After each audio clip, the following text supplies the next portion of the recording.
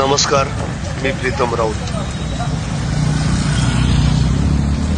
एखाद्या शहराला जेव्हा लीडरशिप नसते तेव्हा त्या शहराची पालघर शहरासारखी अवस्था होते. पालघर शहराची अवस्था अतिशय दयनीय झाली आहे. आता PWD म्हणा किंवा नगर परिषद म्हणा यांच्याकडून काहीच अपेक्षा झालेल्या नाहीये. जिल्ह्याचं ठिकाण आहे पालघर आणि जिल्ह्याचं शहर आहे पालघर.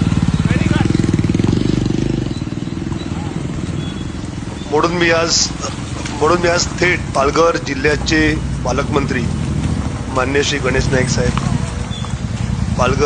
पालघरचे खासदार सावरा साहेब आणि पालघरचे आमदार गावित साहेब यांना मी विनंती करतो या व्हिडिओच्या मार्फत समस्त पालघर शहराच्या तर्फे मी आज विनंती करतोय की आमच्या पालघर शहराची अवस्था नगर परिषद स्थापन होऊन 25 वर्ष झाली, पण एवढी दुरावस्था कधी नव्हती झाली.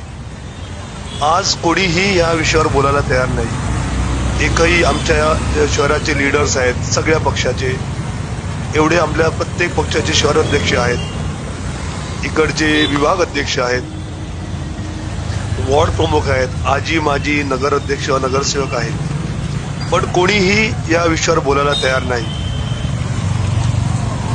प्रचंड हाल होतात लोकांचे. म्हणजे आता पाऊस पडला की नाही चालता येत, आणि जेव्हा पाऊस गेला आणि सगळं सुकलं की एवढी धूळ घाण असते की म्हणजे लोकांना इकडे अनेक प्रकारचे आजार होतील, म्हणजे श्वासाचे.